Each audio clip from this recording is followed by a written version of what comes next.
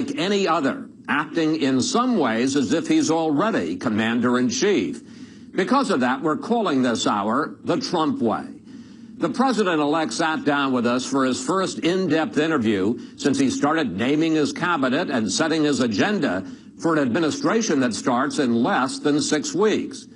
We began with breaking news. The explosive story that the CIA has determined Russia hacked into Democratic files not just to destabilize the U.S. election, but to push a specific objective. According to the Washington Post, the CIA has concluded that Russia intervened in the election to help you win the presidency. Your reaction? I think it's ridiculous. I think it's just another excuse. I don't believe it. I don't know why. And I think it's just, they talked about all sorts of things. Every week it's another excuse. We had a massive landslide victory, as you know, in the Electoral College. I guess the final numbers are now at 306, and she, down to a very low number. No, I don't believe that at all. You say you don't know why. Do you think that the CIA is trying to overturn the results of the election or somehow to weaken you in office? Well, if you look at the story and you take a look at what they said, there's great confusion. Nobody really knows. And hacking is very interesting. Once they hack, if you don't catch them in the act, you're not going to catch them. They have no idea if it's Russia or China or somebody. It could be somebody sitting in a bed someplace. I mean, they have no idea. So why would the CIA put out the story that the Russians wanted you to win? Well, I'm not sure they put it out. I think the Democrats are putting it out because they suffered one of the greatest defeats in the history of politics in this country. And frankly, I think they're putting it out. And it's ridiculous. We ought to get back to making America great again, which is what we're going to do. And we've already started the process. You've said repeatedly you don't believe the intelligence community's analysis that the Russians were involved. But take a look. They're not sure. They're fighting among themselves. They're not sure. But the question is, these are the folks you're going to have to rely on to know what's going on in the world. Of course, they've made changes, at the top. I mean, we're going to have different people coming in because we have our people, they have their people, and I have great respect for them. But if you read the stories, the various stories, there's disputing. I mean, they're disputing, and certain groups don't necessarily agree. Personally, it could be Russia. I don't really think it is, but who knows? I don't know either. They don't know, and I don't know. I just want to ask you about your skepticism about the intelligence community. You are getting the presidential daily brief only once a week. Well, I get it when I need it. But is there some skepticism? First of all, these are very good people that are giving me the briefings. And I say, if something should change from this point, immediately call me. I'm available on 1 minute's notice. I don't have to be told, I'm like a smart person. I don't have to be told the same thing and the same words every single day for the next 8 years. Could be 8 years, but 8 years. I don't need that. But I do say, if something should change, let us know. Now, in the meantime, my generals are great, are being briefed, and Mike Pence is being briefed, who is, by the way, one of my very good decisions. He's terrific. And they're being briefed, and I'm being briefed also. But if they're going to come in and tell me the exact same thing that they told me that, it doesn't change necessarily. Now, there'll be times where it might change. I mean, there'll be some very fluid situations. I'll be there not every day, but more than that. But I don't need to be told, Chris, the same thing every day, every morning, same words. Sir, nothing has changed. Let's go over it again. I don't need that. President Obama just ordered a full review of Russia's involvement hacking in the election, and Democrats are now calling for hearings. Do you think this is part of an effort to undercut you? Well, it could be. I think President Obama has been terrific. He's been, very respectful of the process and everything else. So I saw that.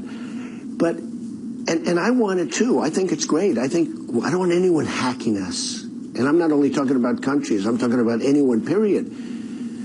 But if you're going to do that, I think you should not just say Russia. You should say other countries also, and maybe other individuals. It's not necessarily a political effort here. It could be. I mean, it could be. Hey, look, we had, many people are saying, one of the great victories of all time. They're very embarrassed. We'll have much more of our exclusive interview with Mr. Trump a little later. Who will he choose for Secretary of State? And will he really cut all ties to the Trump businesses? But first, we also went on a road trip with the president-elect to the Army-Navy game, a rivalry dating back to 1890. And along the way, we learned a lot about the style of our new commander-in-chief. We pulled out of Trump Tower in a full-scale presidential motorcade. Streets in Midtown Manhattan were blocked off, and the crowds watching signaled how they felt about the president-elect. At LaGuardia, we drove right up to Trump Force One. It was the first time we could find a president-elect was going to an Army-Navy game.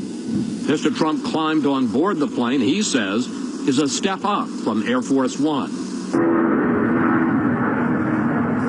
Much of his team was there. Chief of Staff Reince Priebus and Senior Advisor Steve Bannon, National Security Advisor General Mike Flynn, and Rudy Giuliani, who just took himself out of the running for Secretary of State. Once we'd leveled off, I asked the president-elect about his new life. Army-Navy game. In a sense, is this your unofficial debut as Commander-in-Chief? No, it's just something I've wanted to see. It's beautiful. It's hopefully going to be a good game, but really just something I want to see. It's the armed forces the way I look at it, and I love and respect the armed forces. I mean, it's going to be, I think we're going to have a good time. You spent 5 years at the New York Military Academy, a boarding school, where you became the captain of cadets. What did you learn there about military discipline? Well, I learned that I respected it, and I respect people in the military, and I always have, at least since I've been there. And we had military people there. We had drill sergeants and colonels, and we actually had a general, and I always respected those people. And I learned that at a young age, they're terrific. There is a lot of curiosity about your lifestyle as president. Are you going to live in the White House? Are you going to spend most of your time at Trump Tower? Yeah, no, I'm going to live in the White House with my family. Barron's going to finish up school because he's got just a couple of months to go, so it's a little hard to take him out of school. And Melania will be back and forth for that first couple of months. No, we'll be staying in the White House. You talk about the fact that Mrs. Trump is going to stay back in New York with Barron until he finishes school. Are you going to be lonely, rattling around in the White House by yourself for a few months? No, I'll be working. It's a very special place, and it represents so much. And there's a lot to do. There's a lot to do, more than I even thought. It's so many things we can do to make America great again. I mean, that's what it's all about. And I'll be working. I won't be lonely at all. Are your daughter Ivanka and her husband Jared Kushner, are they moving to Washington? Well, we're working that out right now. They're both very talented people. I won't be involved in my business at all, even though I have a legal right to be under the laws, as you know, because the president has a certain doctrine that he can do things, but I just don't want to do it. Even if I could do it, which I'm allowed to, I wouldn't want to do it. I want to devote my time. What about them? Are they moving down? Well, theirs is a little bit different, and I think we'll have to see how the laws read. I would love to be able to have them involved. If you look at Ivanka, you take a look, and she's so strong, as you know, into the women's issue and child care, and so many things should be so good. Nobody could do better than her, and I just have to see whether or not we can do that, and she would like to do that, and I'd love to have Jared helping us on deals with other nations and see if we can do peace in the Middle East and other things. He's very talented. He's a very talented guy, so we're looking at that from a legal standpoint right now. Then it was on to the stadium for the game. First, a meeting with a group of Army cadets and Navy midshipmen. Who's going to win? Who's going to win?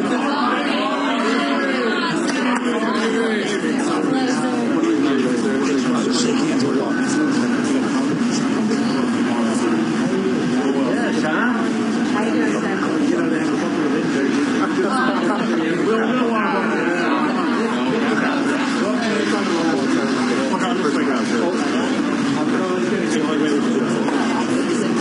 One picture. Here we go. Give it up in that camera.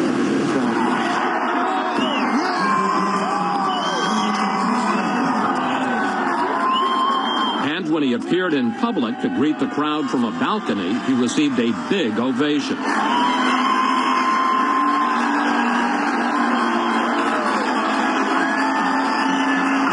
Later, we asked the president-elect about attending a game that now has special resonance for him. So what do you think? I think it's fantastic. These are incredible people. You see the enthusiasm, the spirit. Incredible. You're going to be the commander-in-chief in 6 weeks. Yeah. You're going to be in charge of these young men and women. Thoughts about that? Big responsibility. We have to make the right decisions. It really is. It's a daunting responsibility, and we'll do the job. And if you missed it, Army beat Navy 21-17. Its first victory over the midshipmen in 15 years. Coming up, much more of our exclusive interview with Donald Trump. We ask him to clear up exactly where he stands on climate change and about that big cabinet pick he still has to make for Secretary of State. As Fox News Sunday continues its special coverage of the Trump way. And we're back now with our exclusive interview with Donald Trump. The campaign is over, but the president-elect continues to break the rules when it comes to building his administration and setting his agenda. And that's where we began this part of the conversation. We're calling this program the Trump way because I got to tell you, in almost 40 years of covering presidential transitions, I have never seen anything like this. You are setting markers for foreign countries, you're telling corporations and unions what to do, and you're not even in office yet. What can we expect when you're actually the president? My attitude, I want to make good deals for this country. I don't need a $4.2 billion airplane to fly around in, okay? I don't need that. And especially when it's totally out of control because, they've lost control of it. And I let them know that I don't want this. I just see things that's so incredible. You look at the F-35 program with the money, the hundreds of billions of dollars, and it's out of control. And the people that are making these deals for the government, they should never be allowed to go to work for these companies. They make a deal like that, and then a year later or 2 years later or 3 years later, you see them working for these big companies that made the deal. I'm going to put a very, lobbyists I'm doing. This is bigger than the lobbyists. When people order from these massive companies, these massive deals, I don't want the people that are making these horrible deals, the overruns, the cost overruns. I don't want them going to work for the companies after the deals are made. They should have a lifetime restriction. In the last few days, you have named cabinet heads, department agency people, at EPA, at Labor, at Health and Human Services, Education, who are diametrically opposed to what those agencies have been doing for the last 8 years. Fair to say that you're going to take a wrecking ball to the Obama legacy? No, I don't want to do that at all. I just want what's right. EPA, you can't get things approved. I mean, people are waiting on line for 15 years before they get rejected, okay? That's why people don't want to invest in this country. I mean, you look at what's going on, and you can look at a jobs report, but take a look at the real jobs report, which are the millions of people that gave up looking for work, and they're not considered in that number that's less than 5%, okay? I mean, we have jobs that are in the pipeline, and I deal with all the executives, the big ones and the small ones. I have really gotten to know this country, and when you have to wait 10 and 15 years for an approval, and then you don't even get the approval, it's no good. So we're going to clean it up. We're going to speed it up. And by the way, if somebody is not doing the right thing, we're not going to approve. Let's talk about the environment, because in the last week you met with Al Gore and you met with Leo DiCaprio, famous environmentalist. And they were good meetings. And on the other hand, you appointed Oklahoma Attorney General Scott Pruitt to be the head of EPA. Speed up the process. He's been suing EPA. Sure. At one point in the campaign, you said it's a hoax. Yeah, I think it's a big scam for a lot of people to make a lot of money. In the meantime, China is eating our lunch because they don't partake in all of the rules and regulations that we do. On the other hand, you told the New York Times that you're open-minded about it. I am open-minded. So where are you on the environment? I'm still open-minded. Nobody really knows. Look, I'm somebody that gets it. And nobody really knows. It's not something that's so hard and fast. I do know this. Other countries are eating our lunch. If you look at what China's doing, if you look at what I could name country after country. You look at what's happening in Mexico, where our plants are being built, and they don't wait 10 years to get an approval to build a plant. okay? They build it like the following day or the following week. We can't let all of these permits that take forever to get stop our jobs. I won because of the fact that people that are great, great American people have been forgotten. I call them the forgotten man and the forgotten woman. They've been forgotten. And you, in all fairness, and all of the folks in your world in business, you forgot about these people. They're not going to forget about them in 4 years. They're already trying to figure out what happened. But I understood it because I understand our country. Let me ask you a couple of specific questions. Will you still pull out of the Paris Climate Agreement, which has been signed by more than 100 countries to reduce carbon emissions? Will you restart the Dakota Access Pipeline, which the Army just stopped? Okay, let me not answer the Dakota because perhaps that'll be solved by the time I get there, so I don't have to create enemies on one side or the other. But I will tell you, when I get to office, if it's not solved, I'll have it solved very quickly. Meaning you're going to start it? I'm not saying anything. I just say something will happen and it'll be quick. I think it's very unfair. So it'll start one way or the other. You'll have a decision pretty quickly. And also the Keystone Pipeline, you're going to have a decision fairly quickly. And you'll see that.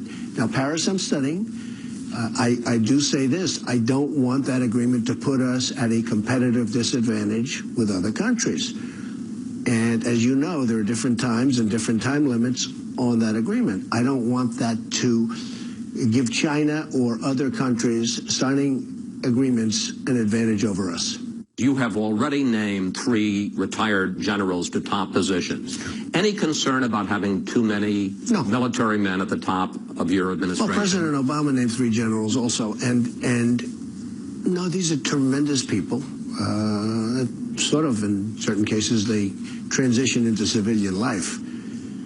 But I like generals. I think generals are terrific. You know, they go through schools and they sort of end up at the top of the pyramid, and that's like a test. They passed the test of life. That's how they got to be a general and other people didn't. So I sort of like generals. And I like the 3 that I have very, very much. Have you settled on a Secretary of State? I'm getting very close. I'm getting very, very close. Do you know who it's going to be? I just have someone in mind that I think will be really fabulous. I think we're going to have one of the great cabinets ever put together. And we're getting that kind of review. So let me ask you about Rex Tillerson, okay, head of ExxonMobil. Why does a business executive make sense as the chief diplomat? Well, in his case, he's much more than a business executive. I mean, he's a world-class player. He's in charge of, I guess, the largest company in the world. He's in charge of an oil company that's pretty much double the size of his next nearest competitor. It's been a company that's been unbelievably managed. And to me, a great advantage is he knows many of the players, and he knows them well. He does massive deals in Russia. He does massive deals for the company, not for himself, for the company. He's the Secretary of State. No, but I have tremendous respect for him. He's a world-class player. I'm trying to get you to say But I have others. I know you are. And you're doing very well. But I have others also that I think, I mean, Bob Corker is a fantastic guy. Mitt Romney, I've really gotten to know him, and I get along with him really well. But these are, you know, these are all very different types of people. But when you ask me about Rex, I mean, he's a world-class player. There's no question about it.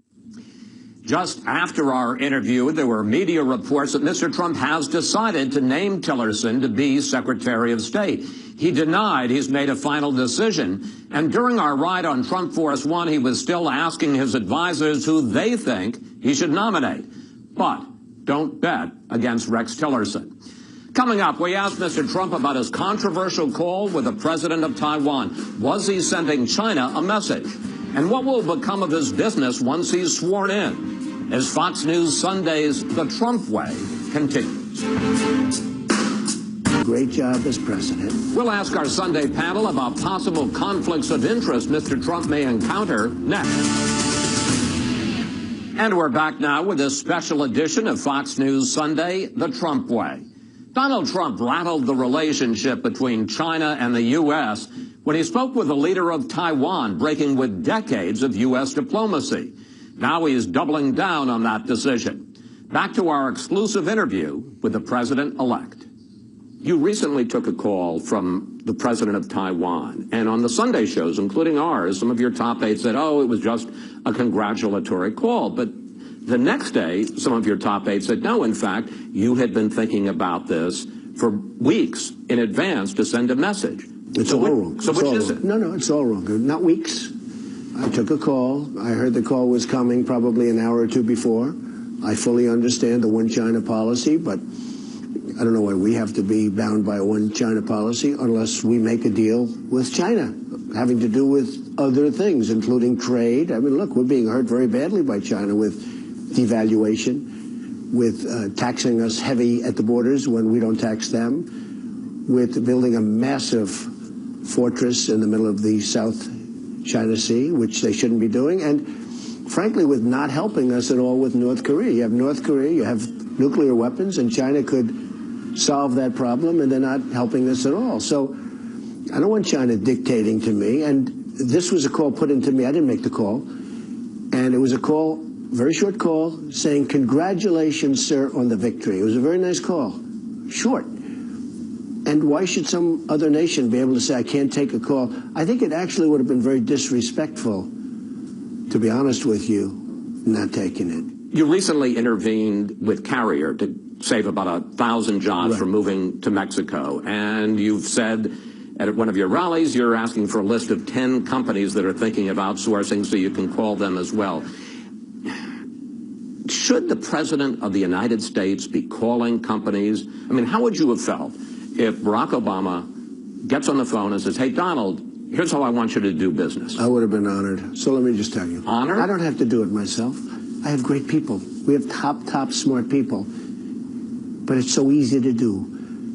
And we're going to have to impose a major tax on companies that leave, build their product, and think they're going to sell it right through our border like we're a bunch of jerks. But what about the free market, sir? That's not free market when they go out and they move and they sell back into our country. But that's the free market. They made a decision. It makes... No, that's the dumb market, okay? That's the dumb market. I'm a big free trader, but it has to be fair.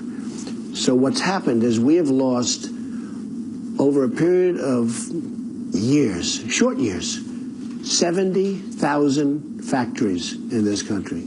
Chris, 70,000. I always say to people, I think it's a typo.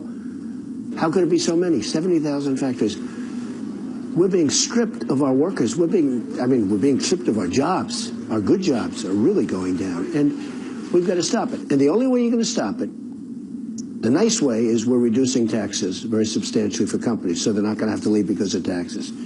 We'll be reducing regulations. Now, those are the nice ways of doing it, and everyone loves it, and everyone's happy. Businesses, way down. Also middle class, but way down. Okay, taxes and regulations. But when a company wants to move to Mexico or another company or another country, and they want to build a nice, beautiful factory, and they want to sell their product through our border, no tax. And the people that all got fired, so we end up with unemployment and debt, and they end up with jobs and factories and all of the other things. It's not going to happen that way. And the way you stop it is by imposing a tax. Now, I've come up with a number of 35%. There is no tax if you don't leave. There is no tax at all. You know, people are saying they don't understand really what I'm doing. I read the Wall Street Journal the other day. Honestly, their editorial board doesn't get it. I don't think they understand business. I don't think the Wall Street Journal editorial board, and I know some of them, they're really nice, I don't think they understand business. They don't understand what I'm saying. There's a 35% tax, but there is no tax if you don't move. But if you move your plant or factory and you want to sell back into our country, you fire all your people, there are going to be consequences for that. There are going to be consequences. You know what's going to happen? What? I'll tell you. Yeah. Nobody's going to move. They're not going to move. They're not going to leave. They're going to stay here. You're keeping your stake in Celebrity Apprentice. Well, essentially, I'm not going to have anything to do with the management. I know, but isn't that a huge conflict of interest, sir? When I ran, everybody knew that I was a very big owner of real estate all over the world. I mean, I'm not going to have anything to do with the management of the company. You know, when you sell real estate, that's not like going out and selling a stock. That takes a long time. I'm going to have nothing to do with it. And I'll be honest with you, I don't care about it anymore. I'm so focused on doing a great job as president. I don't care if our rent roll goes up a little bit or down. I couldn't care less. But you hammered. My executives will run it with my children. It's a big company. It's a great company. But I'm going to have nothing to do with management. But you hammered Hillary Clinton over the Clinton Foundation and paid. Well, that's different because she's taken in massive amounts of money from foreign countries and other things. And paid to play. It is impossible to figure out where the Clinton Foundation ends and the State Department begins. It is now abundantly clear that the Clintons set up a business to profit from public office. This is wait a different. minute. You're going to be making massive amount of money. If somebody rents a hotel room? Foreign countries are already booking events at the Trump Hotel in D.C. You've got business operations, deals with foreign countries. Chris, this is all stuff that's done. Isn't this on steroids? No. Foreign interests trying to curry favor with the President of the United States. If I were going to do new deals right now, I am turning down billions of dollars of deals. I will tell you, running for president, the money I spent is peanuts compared to the money I won't make. And that's okay, because this is so important. What I'm doing is so important. This is a calling. This is a movement. It's not just me. It's millions and millions of people. And you got to see it firsthand. I'm not going to be doing deals at all. Now, that would be, I don't even know if that's a conflict. I mean, I have the right to do it. You know, under the law, I have the right to do it. I just don't want to do it. I don't want to do deals because I want to focus on this. But by my not doing deals, I turned down 7 deals with one big player, great player, last week because I thought it could be perceived as a conflict of interest. But your kids are going to be able to do it? Probably $1 billion of deals that I turned down. But if your kids do it, isn't it going to be the same thing? No, it's totally for my company. Right. They're not making deals. And they're going to run my company. I have a lot of property and great stuff. They're going to run it. We're going to run it. Hopefully they're going to run it properly. I'm sure they're going to run it properly. But I'm not going to do deals. And I think, I think that's going to be good. How many times have you spoken to Barack Obama since you were in the Oval Office with him? What do you guys talk about? And has he persuaded you on any of his policies? So we disagree on things, but we haven't really discussed things that we disagree on. I've spoken to him another time. I'm going to be speaking to him today, actually. He has treated me really well. He's made us feel very welcome. But on the Iran nuclear deal, relations with Cuba? Well, I don't want to tell you what we discuss, but, and some of it I've agreed with him. A lot, people don't read about the stuff that you agree on. But there are things that we disagree on, and probably never going to be able to change that. But we do get along well. I'm surprised at how well we get along, and I think he might say the same thing, and I think you're seeing that from him. Mr. President-elect, thank you. Thank you for your time. Thank you very much. And joining me now to discuss the interview with the President-elect is our Sunday group. Syndicated columnist George Will, Charles Lane of the Washington Post, Jason Riley from the Wall Street Journal and the Manhattan Institute, and Julie Pace, who covers the White House and the transition.